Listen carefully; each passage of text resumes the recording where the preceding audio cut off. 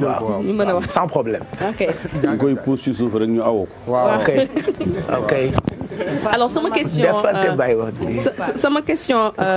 sëñ Ahmed Khalifa Niass. mooy lu jëm ci keroog li ñu la dégg ngay wax ci émission RFM matin ba ñu la invité. sànq wax naa ko nee naa la homme politique nga. chef religieux nga mais homme d'affaires nga mais da nga ne Idrissa Seck gannaaw ba mu génnee. kàddoom yooyu wax ci waxu màkk. na yem ci politique rek te bàyyi diine gi te yow ñu gis ne yaa ngi ci diine yaa ngi ci politique te aussi homme d'affaires nga.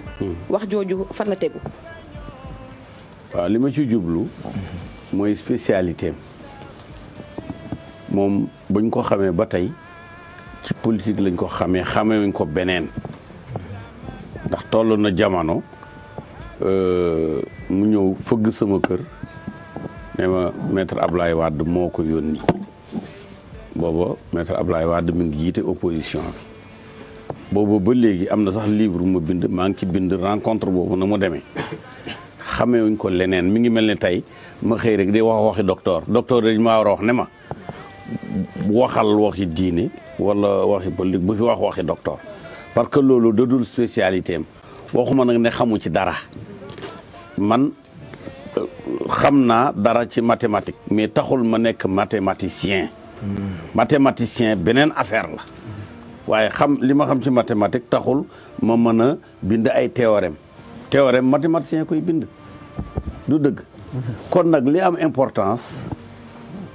ci lii tey mooy ñetti yëf war nañ ko cee dàq wax jooju du waxi murit ak tiijaan parce que bi mu koy wax waxul ne murit la waxul ne tiijaan la bañ koy tontu xamuñ ndax murit la xamuñ ndax tiijaan la kon nag ñu ko bëgg a jël ne dañ koy wax parce que nee na murit la loolu du dëgg te man kenn du wax dara murit ma fekkee ko te defuma ci loo xam ne murit yi duñ ko ci def parce que même Jeune Afrique bu ñu fi bindee man rek maa bind tontu leen naqari ba rendez-vous mu amoon ak directeur ba ca Paris mu fomm ko ne ma ndax yaa faral sëñ Touba ma ne ko jël leen seen Jeune Afrique soxlawuma jar na jël kay waaw pour wax la est-ce que waaw kon nag affaire bi du affaire u murit ak tijaan affaire u weddi waxi sëñ Touba ndax wax yonent bi lu ko waaye wax rek ne bédouin la bu nekkee bédouin sëñ Touba bédouin la waaw lu yonent bi nekk rek loolu la sëñ Touba nekk amuñu ñoom ñaar duñu ñaar kenn lañu xaadim ak rasul benn rek la waaw kon nag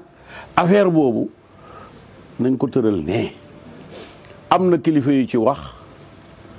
mais nañ ca waxee itam ëpp na parce que itam li mu wax gis naa sax tey ci Inde ak Pakistan ñu di ko qualifier de Salman Rushdie du Sénégal loolu baaxul ak ñoo xam ne tey ñi ngi yónnee ay millions laanatullahi alayhi xaw ma fu mu ne di koy rëbbu malédiction xam nga malédiction ay jullit ay millions jullit la ko def baaxul jaru ko jarta ñaan sax waaw waaye itam ñi ko yéefarloo d'accord ma ci loolu waaw ndax li nga xam ne l'islam précisé na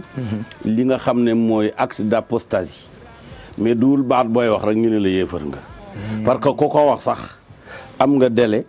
pour tuubal yàlla doo tuubal nit ñi mi nga tuubal yàlla d'accord dégg nga xëy na sax moom am na num ci def mais formule bi baaxul parce que formule virtuelle la wax doontale amoon na kenn koo xam ne or affaire bi acte la da ngeen ne carrément julli yi ci am lu leen naqar yëpp nañ ma baal maa ngi tuubal yàlla jeex mu jeex sinon mën naa sori ba duñ ko mën a dékku. est-ce que mën nañ ñëwaat ci. mais dama bëgg a xam ñetti yëf. ci ay précisions yow indaale. ñu dégluwaat ko. bu fekkee mën na nekk ci ndimbalu régie bi. di ay leeral yoo xam ne indaale nga ko bi ngay ñëw ci quartier général bi ñu déglu. récemment à la Mecque. J'ai été reçu par un des imams de la mosquée. Je lui ai posé une question. Je lui ai dit, mais Dieu dans le Coran ne parle pas de Makka, hein? Il parle de Baka. Et Baka renvoie étymologiquement aux pleurs. Pourquoi est-ce qu'on penserait que le lieu de pèlerinage serait ici et pas Jérusalem? Il m'a dit haram, haram. Je lui dis, moi j'ai la preuve de l'endroit exact où c'est, mais j'en parlerai à vous deux réunis, Israël et Arab. dafa sob de waaye Ilimaani Màkk bu dee Idriss Seck koy jàngal diine waaye damay leeral nag foofu yàlla wax na makkata xëy na moom moo ko xamul demal ci soratu Inna Fatahna te mooy 48e saar nga dem ci aaye 23 mu wax ne bi batni makkata ak bakkata benn baat la makka tur wi ñëw na ci alquran yàlla wax na ci suratul baqara wax na fa walli wajhaka shatral masjidil harami wa aynama kuntum fa wallu wujuhakum shatrahu Sidi Lamine yaakaar naa li may wax ak li mu wax ci côté boobu bu dee xam-xam la du jooyoo mais ce qui est important dama bëggoon ne Idriss Seck na politique te bu mu fayee diine ji ma ne la yàlla dana wax Idriss Seck di ko weddi ñu di ko déglu mu ngoog c'est vrai que boobu tey nag coow li bëri na lool moom Idrissa Seck suñu papa la suñu xarit la nit ku baax ku yiw la ñu ngi koy xaar ci quartier général bi jéem nañu ko contacter semaine bi ñu xamal ni ñuy dafa tukki woon waaye xam naa bu ñu bisee wala bu amee jot rek ñu ngi koy xaar ci jotaay bi la nga xam ne ni je rappelle encore que du jotaayu polémique ak xambataal li ñuy jéem rek mooy wan sénégalais yi ni vitrine la pour jéem rek di indi ay saafara loolu moo waral ñuy invité borom xam-xam yu mel ni docteur Ahmed Khalifa Niass ngir mu leeral yenn ci ay pensées yoo xam ne ni réew mi am na ko donc ba mu waxee yow lii nga ca wax bi la waa RFM invité. waaw man danaa wax ci plusieurs anam ci wax ci benn bi mooy wax tuutal yonent bi ne benn bédouin ñëw ne maay seen patron affaire yàlla amul patron ndax yonent sallallahu alayhi wasallam yàlla dafa indi alxuraan joo xam ne yàlla da ko cay jànni naan ko abasa wa tawallee kon moom waxu patron feneen moo wax ne wa ma muhammadun illa rasulun qad xalat min qablihi rusul waaye nag wax dëgg yàlla danaa tuutal yonent bi ngeen fonk ma loolu amul Sénégal moom ku tuutal yonent bi rek tuuti tuutal yonent bi la ñëpp mer Tiwaawan mer na Tuubaa mer na Njaasaan mer na Ñaseen mer na Xaadir catholique sax mer na waaw parce que kooku baaxul yonent bi li tax ñu ci teg sallallahu alayhi wa sallam waruñ koo sàllalu waaye un bédouin yonent kalif te yonent bi noonom yi la doon qualifié de bédouin te mooy la-arab dafa ne la-arabu ashaddu kufran wa nifaaqan kon yonent bi boo ko defee la-arab rek tooñ nga ko ba fa tooñ yem dem jàng alxuraan seetlul loolu ba mu ne sa xaalis la-arabu aman naa waaw mu ngoog kon nag moom dafa jël yonent bi jox ko manto la arabe te yonent la arabe la doon xeex yaa am problème bédouin arabe loolu ñooñu la yonent bi wax ne duñ dara kon mënuñ ko fakk classé te dama bëgg itam ñu xam ne képp koo xam ne attaqué nga yonent bi ji nga ñi fi nekk ñëpp ay surga yonent bi la sëñ Touba titre bi gën a rëy mooy xadim rasulullahi mooy surga bi yonent bi waaye kii nag yonent bi di surga yonent bi yow nga ne surga kooka nga kon loo wax yonent bi wax nga ko kooku wax nga ko alaaji Malick wax nga ko alaaji Abdoulaye Niass ak doom wax nga ko mbooleem jullit bu ne ci Sénégal ci àddina muy 1500 milliards 1 milliard 500 millions te ñëpp a ngi ñaxtu waaw waroon na waaye ala kulli xaalin comme xalif général di Tidiane wax na man xam naa ne fi mu nekk nii sëñ Muntaxa mënut la ñàkk a wax pour jaaji fi équilibré jeu bi mais jéggalu na dégg naa waaw mais jébbalu virtuel la nit ñi bu njàppoon ne jéggalu na kon wax ji continuer bu ne woon maa ngi jéggalu mboolem jullit ñi ku ci mer ci wax ji ma wax rek affaire bi fay ca saasa te kat man bëgg naa ñu xam ñaari yëf yi su fekkee ne ay dàggasante murid ki jaan la man dama ci wax su fekkee ne dàggasante parti la ak opposition duma ci wax ndax man nekkuma ak pouvoir bi bay jàjji opposition bi bu doon affaire u parti réew mi la duma ci wax dontale moom ba muy tontu ca parti réew mi li indi ay joyam ñooñu kekket leen ci parce que militantisme ak jël waxi yahud indil ñu ko c'est que ñun jàngal ñu li noonu li yonent bi li ko noonam yi wax jaru ñoo jàngal parce que xam nañ ko alxuraan indi na ko walan tarda ankal yahud wala nasara hatta tatabia millatahum bi ci des nag pour que nit ñi bañ a foog ne parce que léeg-léeg boo waxee Sénégal dañ leen ne déedéet moom leen xamoo ko gis nga affaire bi affaire u ne aj màkka la boo demee aaya 158 ci sourate 2 te mooy Baqara la vache ñu di ko wax laan ci wolof Baqara waaw yàlla dafa ne inna safa wal marwata min sha'airillah fa man hajjal bayta haj ajangoog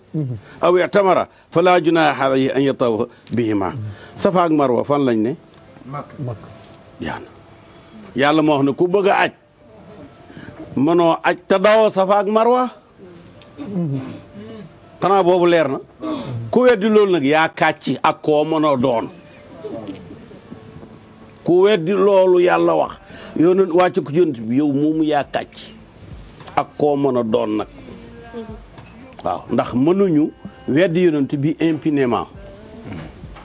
te na ci gaaw parce que dof yi dañoo bëri waaw dof mën naa laa def loo xam ne wax ji lu mu gën a gaawee toute affaire cessante fu mën a ne moom Idrissa na tuubal yàlla ak yonent bi te man wóor na ma ne lii mu wax buñ ko tegalee sëñ Muntaxa ni ma ko xamee day aalu ci saasa ndax moom mbir mu ne ma ci diine ma ngi koy dégloo na ko sëñ Tuubaa daan dégloo noonu la koy dégloo mooy jëmmam tey ci kaw suuf moo yorug déggam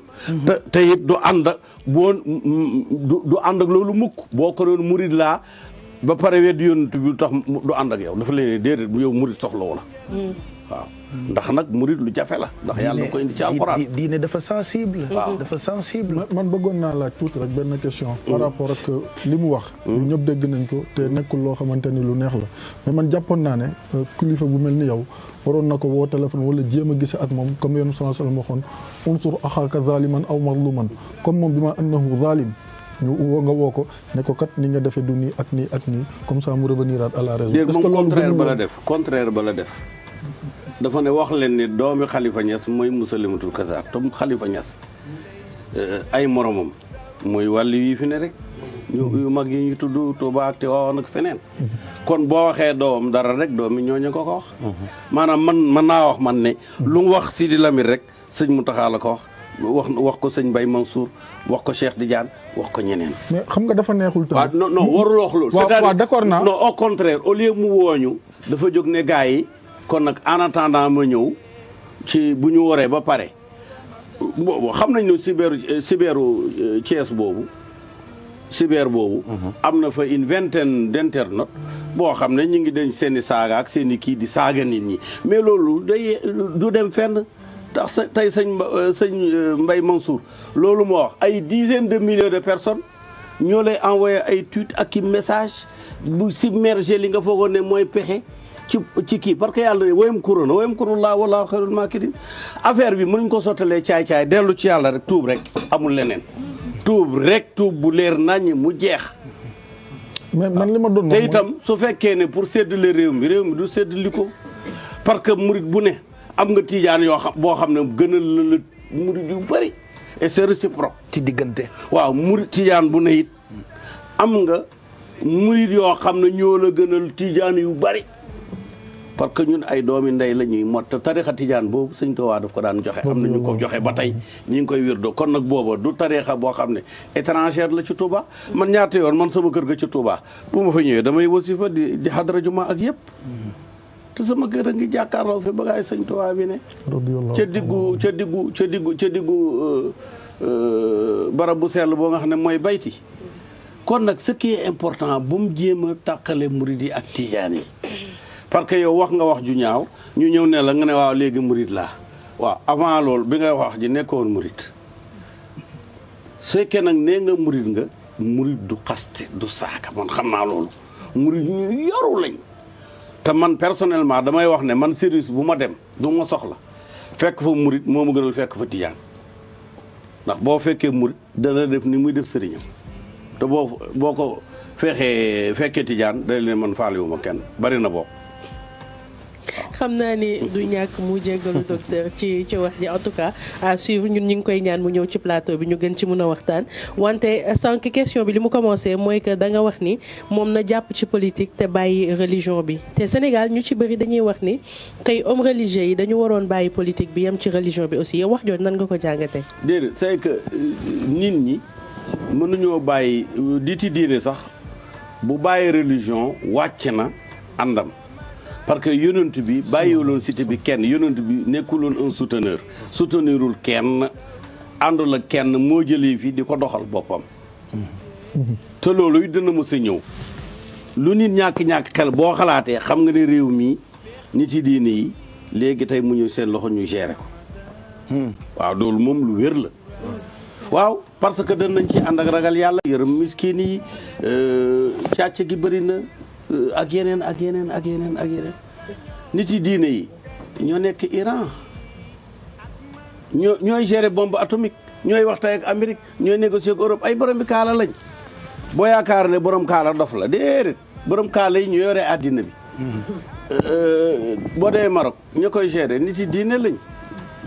boo demee réew yu bëri ay nit yi diine ñoo koy gérer donc. tubaab yi kay ñoom ñoo naxasaloon suñu xel yi dugal ci mbalit pour que ñu foog ne nit yi diine nit ku tëli la mënul dara. mais gestion yi nit yi diine yi jot na pour mu yegg si. te mooy ëpp yërmande ci nit ñi mooy ëpp avenir. kon jàpp nañu loolu kañ lay doon ak ndax dina yomb. ah ma ne kañ lay doon ak ndax dina yomb. ma ne luy ñëw la rek ndax sëñ Tuubaa bind na ko sama baay bind na ko Baay Ñas bind na ko ñeneen ñi bind nañ ko waaw. Baay Ñas bind na ne radiyallahu taala anhu rida an tamman la saxata baadahu mu wax ne arani bil maahi yu assisu dawlatan waaw ñu ngi nii di fondé état wu l'islam sëñ Tuubaa bind na ko ne dawlatu kufri li saa wa dawlatu diini ila axiri ila yawmi saa aw kama xaal boobu aw kama xaal mais moo ko waxewoon terme yi mu utilisé mooy wax na ne état yéefar yi pour tuuti la un laps de temps la waaye état wu yàlla bi wala bu diine ji moom bu fi nekk ba faaw. moo ko bind teg ko fi. sama baay bind na. yaa ahlaku ci adaamallahu dawlatakum ñëpp wax nañu waxu dawla. parce que gestion bi dañu yegg ci bu rouleau bi waaw. tubaab bi la ñuy kii bu ñu yëkkati pétrole jàmbur yi jox leen ko yëkkati maanaam li ñuy wax waaw xaas-xaasee caxatee waaw li nga xam ne alal yi ñëpp la te alal yi ëllëg la ñooñu buñ ko wax ñun suñ doom yi suñ sët yi luñ fiy fekk donc loolu mooy li am importance parce que réew mi Sénégal moo nekkoon premier pays producteur d'or au monde waaw kañ waaw jàngaleen nag Kanka Moussa alal ja mu yóbbu woon bañ ne ba mu daane prix or bi pendant 400 ans fii lañ ko jëli dëkk bu ñuy wax Ngalam ci wetu Bakel fa la or boobu jógee boobu benn réew la di empire du Mali bi tubaab bi ñëwee fii lañ tuddee woon Côte de l'or di fi jëlee or ba or bi jeex xanaa xamuloon ne Fuuta da feesoon dell ki ñay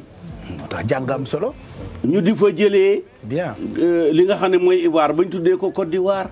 ivoire bi fu ñu ko daan exporté Podor te dañ ko coté woon à Londres au 18e siècle ah bon dem nañ ba lu bokk ak boo nee Fuuta ñay mosa faa taxaw ñu weddi ko loolu tax gawlo Fuuta yi bu ñuy way ñu ne ñeewo alaa gay naa ko mooy ñay amul sàmm eew tàmm ñay moo tax dem nañ ba loolu yëpp ñi ko fi jëlee ñeen nañ rek la ñëw nañ ñoo jël nit ñi jaayi leen esclavage mi ñoo jël waa réew mi dem jaayi leen américains yi nga gis ak loolu yëpp c'est le même tey ñu bëgg a jël pétrole bi yóbbu ñu ngi jël suuf si